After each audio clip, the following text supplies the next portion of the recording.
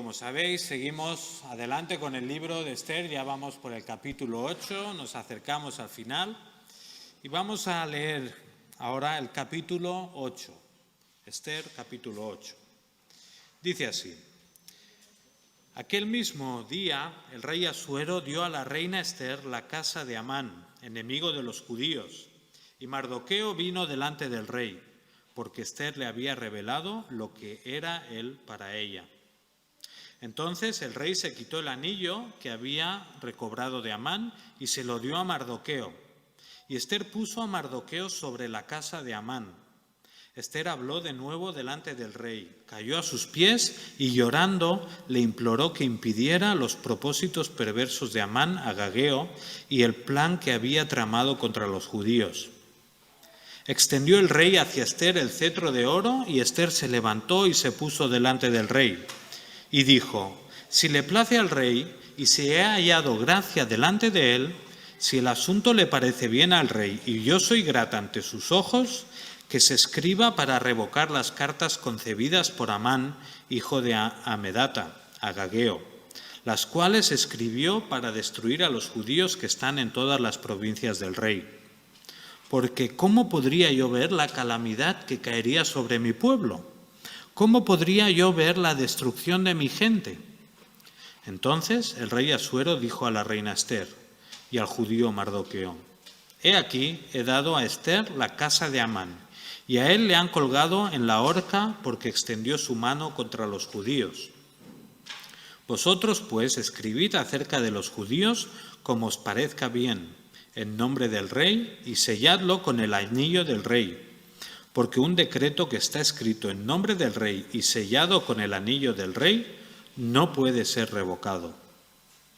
Y fueron llamados los escribas del rey en aquel momento en el mes tercero, es decir, el mes de Siván, en el día 23, y conforme a todo lo que ordenó Mardoqueo se escribió a los judíos, a los sátrapas, a los gobernadores y a los príncipes de las provincias que se extendían desde la India hasta Etiopía, 127 provincias, a cada provincia conforme a su escritura, y a cada pueblo conforme a su lengua, y a los judíos conforme a su escritura y a su lengua.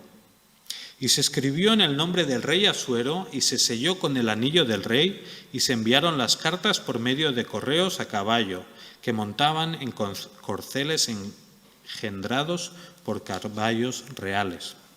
En ellas el rey concedía a los judíos que estaban en cada ciudad el derecho de reunirse y defender su vida, de destruir, de matar y de exterminar al ejército de cualquier pueblo o provincia que los atacara, incluso a niños y mujeres, y de saquear sus bienes. En un mismo día, en todas las provincias del rey Asuero, el día 13 del mes 12, es decir, el mes de Adar. Una copia del edicto que había de promulgarse como ley en cada provincia fue publicado a todos los pueblos para que los judíos estuvieran listos para ese día a fin de vengarse de sus enemigos. Los correos, apresurados y apremiados por la orden del rey, salieron montados en los corceles reales y el decreto fue promulgado en la fortaleza de Susa. Entonces Mardoqueo salió de la presencia del rey en vestiduras reales de azul y blanco, con una gran corona de oro y un manto de lino fino y púrpura, y la ciudad de Susa dio vivas y se regocijó. Para los judíos fue día de luz y alegría, de gozo y gloria. En cada provincia, en cada ciudad y en todo lugar a donde llegaba el mandato del rey y su decreto, había alegría y gozo para los judíos, banquete y día festivo. Y muchos de entre los del pueblo de la tierra se hicieron judíos, porque había caído sobre ellos el temor de los judíos. Pues pedimos a Eduardo que por favor comparta con nosotros la meditación en este pasaje.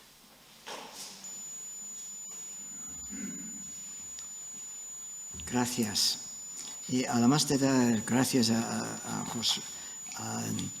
Eric como pastor, también tengo que dar las gracias a Marcelo, porque realmente le tocaba a él predicar esta noche y me ha cedido a mí este privilegio. Por lo tanto, gracias. Ya sabemos la historia de lo que hemos visto hasta ahora. Una muchacha judía llegó a ser reina de un imperio de tremenda importancia, de tremenda extensión, pero entonces hubo problemas porque un hombre, Amán, por distintos motivos, quiso destruir a todos los judíos, al pueblo hebreo. Y entonces Esther ya va intercediendo, y entonces, como vimos la semana pasada, encontramos que Amán pagó por su precio, con su vida, el precio de intentar exterminar el pueblo de Israel, el pueblo de los judíos. Y entonces llegamos al capítulo 8. Y en este capítulo simplemente quisiera resaltar 3 cosas, pero bajo quizás un título general: urgencia del mandato del rey y alegría de su pueblo. Eso es lo que encontramos en este capítulo. O sea, había salido un edicto firmado por el rey, pero sin el conocimiento del rey de todas las implicaciones, pero sellado con el anillo del rey hecho por Amán.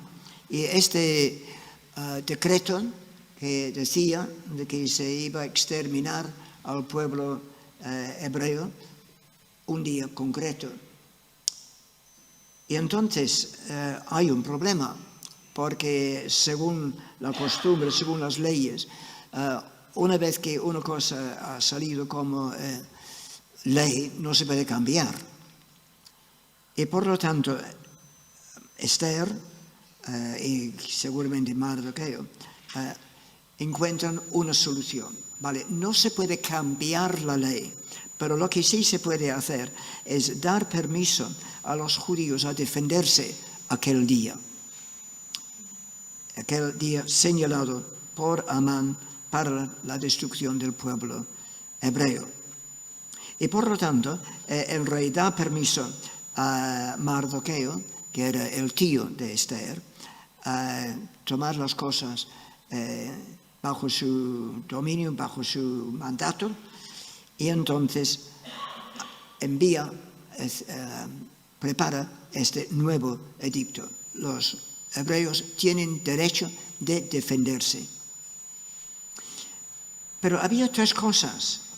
En primer lugar, notamos en el versículo 9, si tenéis vuestras Biblias abiertas, que el imperio era muy grande. O sea, desde la India hasta Etiopía, o sea, desde la India, un extremo de Asia, hasta incluyendo África. Un imperio muy grande. Y entonces se tenía que notificar en todos los sitios. Pero esto era solamente un problema. Había otro problema, y este es que había muchas lenguas diferentes. También en el versículo 9 nos habla de que este edicto tiene que ser escrito a cada pueblo conforme a su lengua. Entonces, no es simplemente que Mardoqueo escribe una nueva ley, sino se tiene que ir traduciendo. Pero había una urgencia tremenda, porque si el nuevo mensaje, si este nuevo edicto no llega a tiempo en todos los sitios, entonces llegará demasiado tarde. Por lo tanto, una urgencia tremenda, o si no, el mensaje de salvación podría llegar demasiado tarde para que tenga valor o para que tenga sentido. Mira lo que dice en el versículo 10. Y escribió en nombre del rey Asuero, y lo selló con el anillo del rey, y envió cartas por medio de correos montados en caballos veloces procedentes de los repastos reales. O sea, no podían enviar un email a todo el mundo. Tenían que llevar físicamente el edicto a todas partes. Y entonces, por medio de caballos veloces, el versículo 14, y los correos, pues montados en caballos veloces, o sea, vuelve a mencionarlo, salieron a toda prisa por la orden del rey. y el edicto fue dado en Susa, capital del reino. O sea, en todas partes era esencial que oigan este nuevo edicto. Bien, estoy seguro que ya habéis visto por dónde van los tiros. Ahora aplicamos estos datos a la gran comisión de nuestro Rey celestial. La noticia del Rey tiene que llegar a todas partes. Porque si no llega, no vale.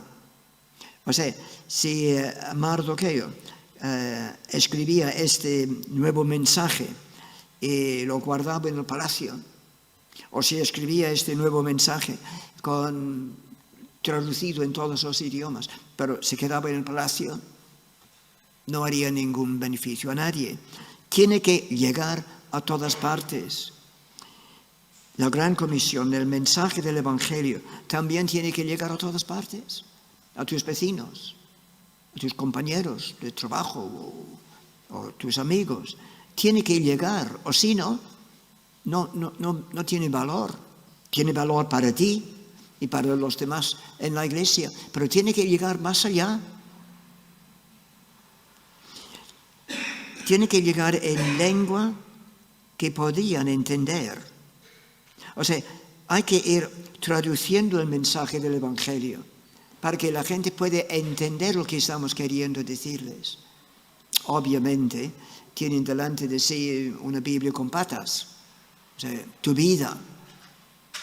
Pero tenemos que presentar el Evangelio en una forma comprensible. ¿Por qué? Hay una urgencia para comunicar el Evangelio de tal forma que todos no solamente oigan el mensaje, sino que oigan una presentación del Evangelio de tal forma de que ellos pueden, con conocimiento, tomar la decisión: acepto el Evangelio o rechazo, pido que Cristo sea Señor en mi vida o lo rechazo, acepto o rechazo las condiciones del mensaje del Rey del cielo. Entonces, en la misma forma que Mardoqueo tuvo que asegurar que el mensaje, que como hemos dicho, realmente era mensaje de permiso para que podían defenderse cuando los otros querían matarles, podían defenderse. Este mensaje que implicaba para los judíos salvación, nuestro mensaje que tenemos del Rey es mensaje de salvación para los demás. Pero si no salimos por estas puertas con este mensaje, no llegamos a ninguna parte.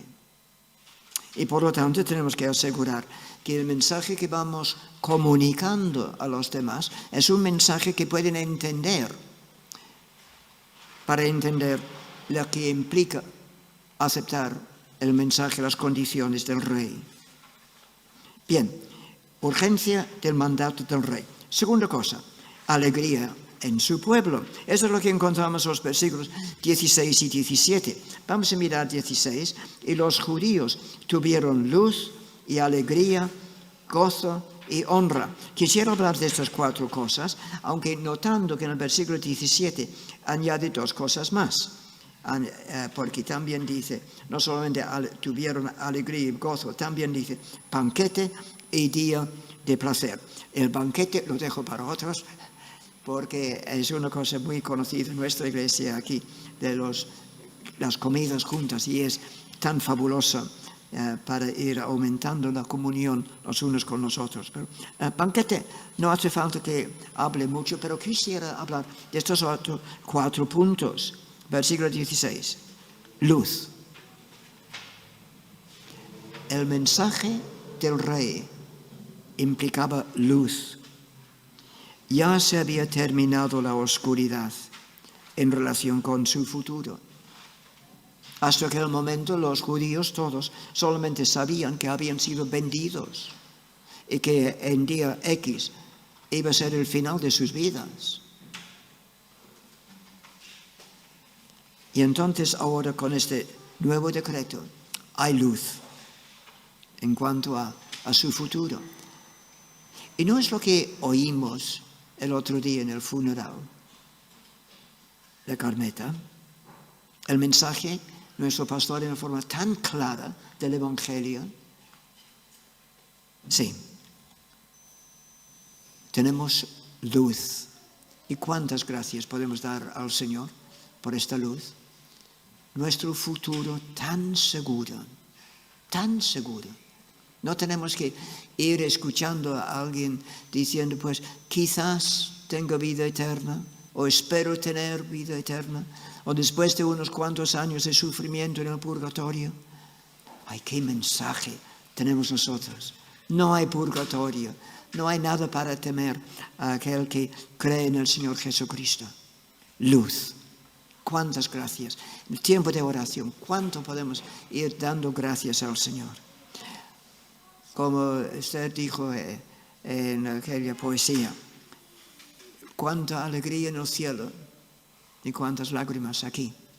Sí, vamos a seguir orando por los miembros de la familia de Carmeta, pero ir dando gracias por la luz que tenemos delante. Pero también alegría, porque ahora tienen un nuevo entusiasmo, contentamiento, llenaron sus vidas. Ya no es cuestión de perder todo. Gozo, satisfacción, deleite, tomando lugar de angustia. Es lo que dice en los Salmos, ¿no?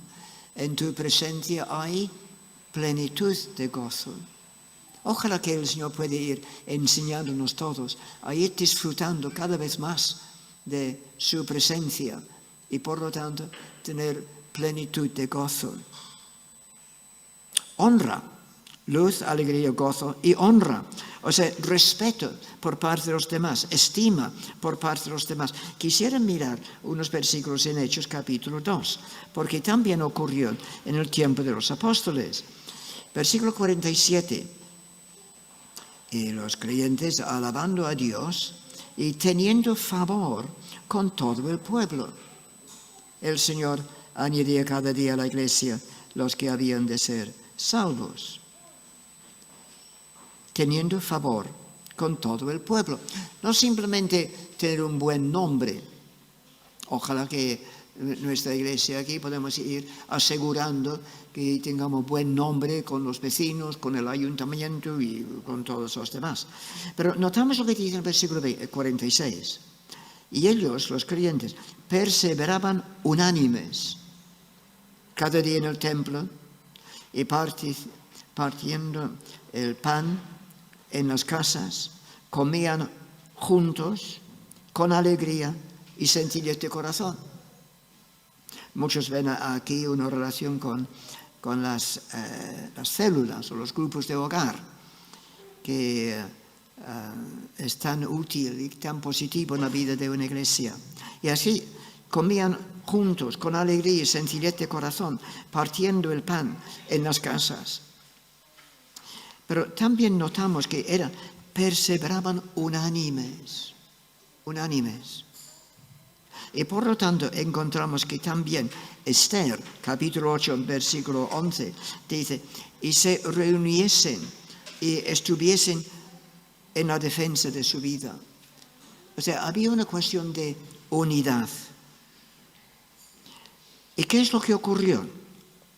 Pues nos dice al final del capítulo 8, y muchos de entre los pueblos de la tierra se hacían judíos, porque el temor de los judíos había caído sobre ellos. O sea, otros querían unirse con un pueblo que hasta aquel momento había sido un pueblo odiado, un pueblo listo para la matanza.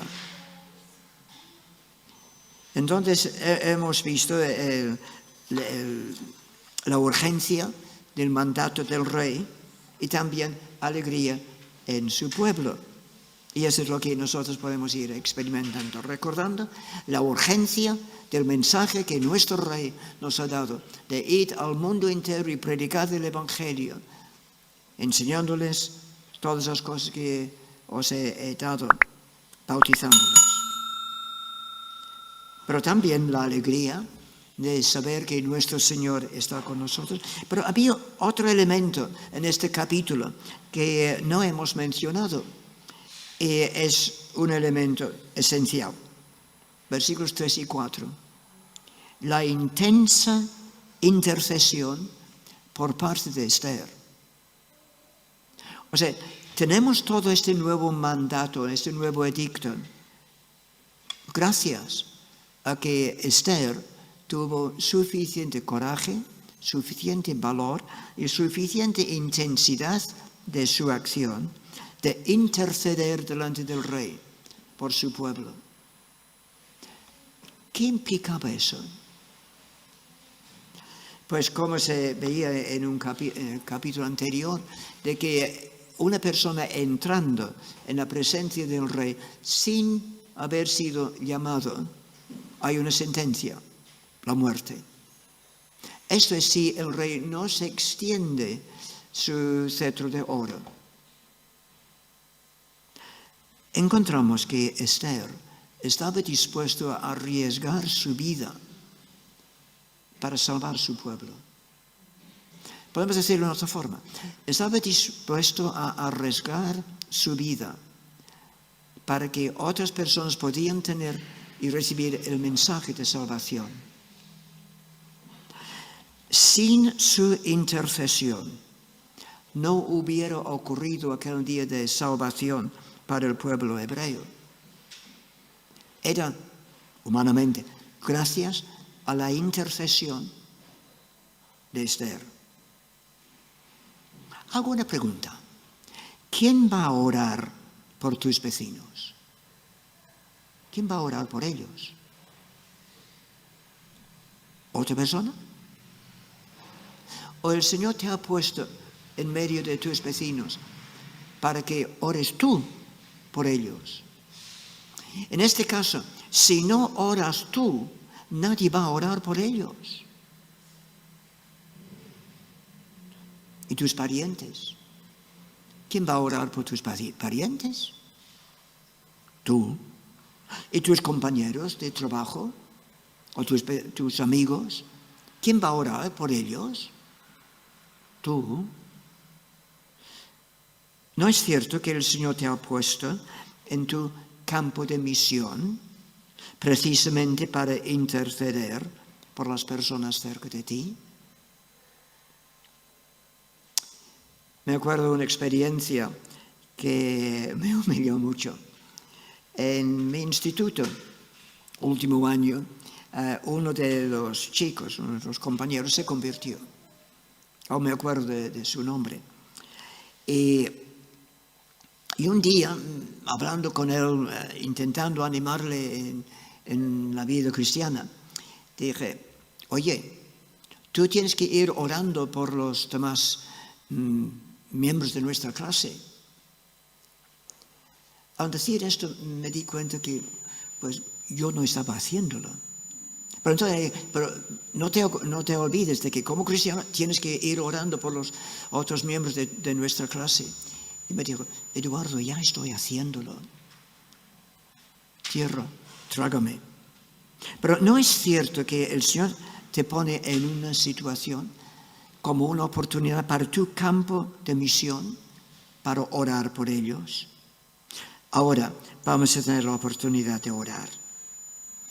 Vamos a poder orar por los que no conocen al Señor y también por los que sí le conocen. Por ejemplo, por los que se van a bautizar.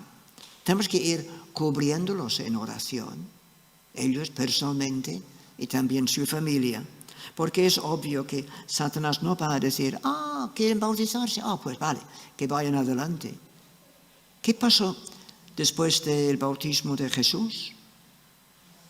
Fue llevado al desierto y fue tentado durante 40 días. Tenemos que orar por ellos, por cada uno, que el Señor vaya protegiéndoles y ayudándoles.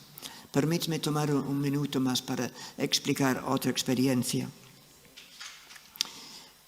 Cuando estaba, haciendo mis prácticas en una iglesia en Londres, había un hombre, también me acuerdo de su nombre, se llamaba Alan, y se bautizó. Entonces yo le dije, Alan, ten muy cierto de que Satanás va a venir y va a querer darte golpes, va a intentar hacer tu vida imposible esta semana. Y me dijo, Eduardo, gracias por el aviso, estaré preparado. El domingo siguiente lo vi y entonces dije, Alan, ¿cómo ha ido la semana? Y dije, fabuloso, fabuloso, lo siento, estabas equivocado. Esta semana ha sido tremendo. ¿Ah? Pues vale, ten cuidado, siguiente semana. Otro domingo, Alan, ¿cómo te ha ido? Oh, maravilloso, estoy en el cielo, es tremendo, habiendo obedecido al Señor y como Él está bendiciendo y hablándome por medio de su palabra. Tercera semana, Alan, ¿cómo te ha ido? Eduardo, tenías razón, esta semana ha sido la peor de mi vida. En casa hemos discutido. En el trabajo ha sido terrible. Hermanos, tenemos que orar. Y los que se van a bautizar, avisados. Pero vamos a ir cubriéndolos en oración. Y también por otras personas que nuestro pastor ahora va a mencionar para que vayamos orando. Gracias a la intercesión de Esther, el pueblo recibió una noticia de salvación, que esto implicaba luz para ellos, y alegría, y gozo, y aún honra, que otras personas reconocieron como Dios había obrado en sus vidas. Que Dios nos bendiga.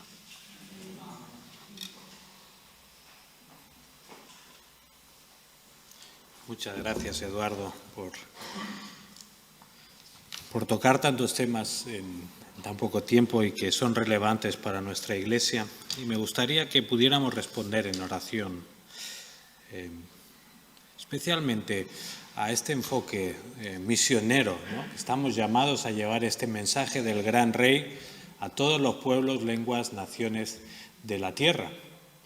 Y quién sabe, ¿no se haría ilusión que de la Iglesia de Vilanova surgiera un misionero que llevara el Evangelio a un pueblo, a una lengua que todavía no lo conoce? ¿Os imagináis que desde este pequeño pueblo de Cataluña llegamos a otra nación? Vamos a responder en oración también, dando gracias al Señor por enviar a un intercesor, a un mediador entre nosotros y Él, que fue el Señor Jesucristo, y que gracias a Él también tenemos salvación y podemos compartir este mensaje con otros. Así que vamos a pasar unos minutos orando en este sentido.